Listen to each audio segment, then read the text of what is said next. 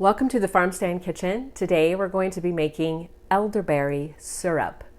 Now, I'm an alternative med kind of chick, and I love to take elderberry syrup in the cold and flu season, which is upon us right now, and I like to make my own. And a lot of you have asked me about this through messages, and so we're going to make some today, and I'll show you how I do mine. And I also just want to say that whenever you start any alternative med regimen, you should always check with your doctor. Some herbs, can interact with medication you may be taking. So always check with your doctor before starting any alternative med thing. So let's get started. So we're going to be making elderberry syrup. So here we go. I just had placed a few of these on here so you could see what we got going today. What we're going to be using is some cold filtered water and our dried elderberries. Here we have some dried ginger, some sweet organic cinnamon sticks, a little star anise I put in mine, and local raw honey. So this is what we're going to use today for our elderberry syrup. So now I want to talk about the pan here. So this is the one I just designate for my syrup. You want to use a non-reactive pan. So you don't want to use your non-stick pans. Those are reactive, so don't use those. Stainless steel would be okay, and you could use a glass pan, or you could use a ceramic lined pan, and that's what this is here. This is ceramic lined. It's kind of heavy actually. So this is what I use for mine. This is natural staining for a stoneware pan. If you have one, you know that. So let's get started. Here's our cold filtered water, and we're going to start with 5 cups.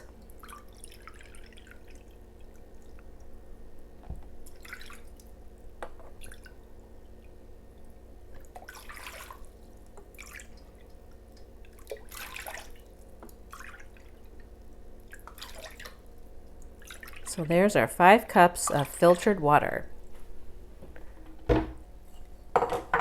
Now the next thing we're going to add is our elderberries. Now this is my old spice. I got all my spices out today for this, but this is my elderberries. Now you may have a local source for your elderberries. If not, you can find them online. You can always get elderberries online. This is the dried version, and they're just completely dehydrated out. And that's what I like to use for mine. Oh, it smells so good. So this is 2 cups. So you got 5 cups cold filtered water and 2 cups of your dried elderberries. So you just want to put those right in there. So the next thing we're going to add to our elderberries is some dried ginger. This also, if you live in the city, you're going to be able to find these type things. If you don't, you're probably going to have to use an online source or a good farmer's market that deals in herbs. This is dried ginger, and we're just going to use a couple teaspoons of this. Now the one thing about elderberry syrup is you can adjust the taste when you make this. If you don't like a lot of ginger, it's really good for you. Ginger is really good for you. Then just put 1 teaspoon in. So you can kind of, make this according to your taste. It's kind of like our chai tea concentrate. You can kind of make that according to your taste as well. Here we have organic sweet cinnamon sticks, and we're just going to put 1 in here today. And I like to put 1 star anise in mine, and that's clearly optional. If you don't like the taste, you wouldn't have to put it in. I do, so I put mine in there. So then this is all that you need here, and you would just give it a stir, and then put this on your stove top, and you want to simmer this. Bring it to a boil, reduce it to a simmer for 30 minutes, and then take it off of the heat and just let it set for an hour. And you could go by and kind of, use your spatula in it if you wanted to, but you want this to steep. You want this to get as rich as you can get it. We want all those good properties in there. Elderberry is really good to build your immune system. It does really help you fight colds and flu. I'm a believer of it. I know that it works. I use it.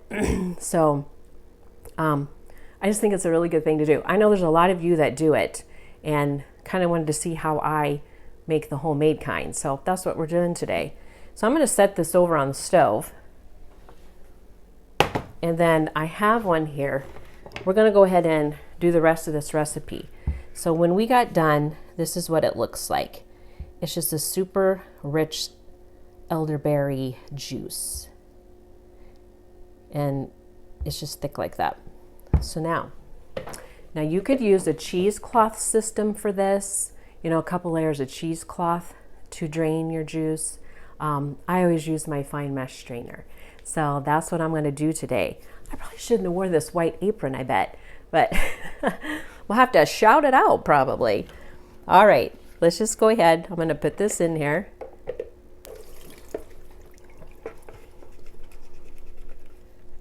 Okay. Now I'm just going to use my spatula here. You know what? I better put my gloves on, or I'm going to be a mess today. I better do it right. Be like black raspberry season when you have purple hands for a couple days. Okay. All right. Now you could even let this set. For the sake of time, I'm not going to, you know, thoroughly press these out right now, but you could just let this set here and get all that juice out. Now, if you was using the cheesecloth system, you could even, you know, twist it and just you want to get as much of this juice out as you can. And then when you get done with this, extracting all of this elderberry juice, put this right in your compost pile. This is great to put in your compost. Okay. I will finish doing this, getting all of this out after we get done with this video, but that's what you want to do. You want to get your juice there. Okay, now I'm going to go ahead and, now this is the point where I add the raw honey. So this is our local raw honey right here, and this is 1 cup. So we're going to go ahead and add that right to our syrup.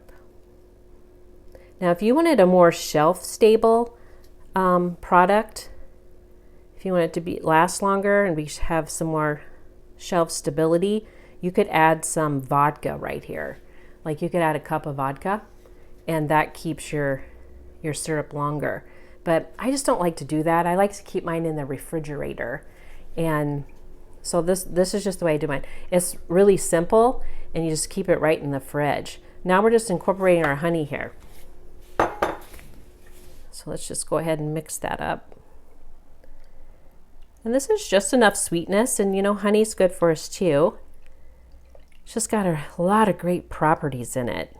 So good for your health. And it's so simple to make.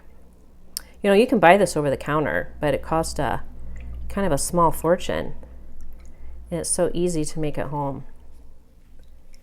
Okay, so that's all you need to do there. Now let's talk about some storage, ways to store this.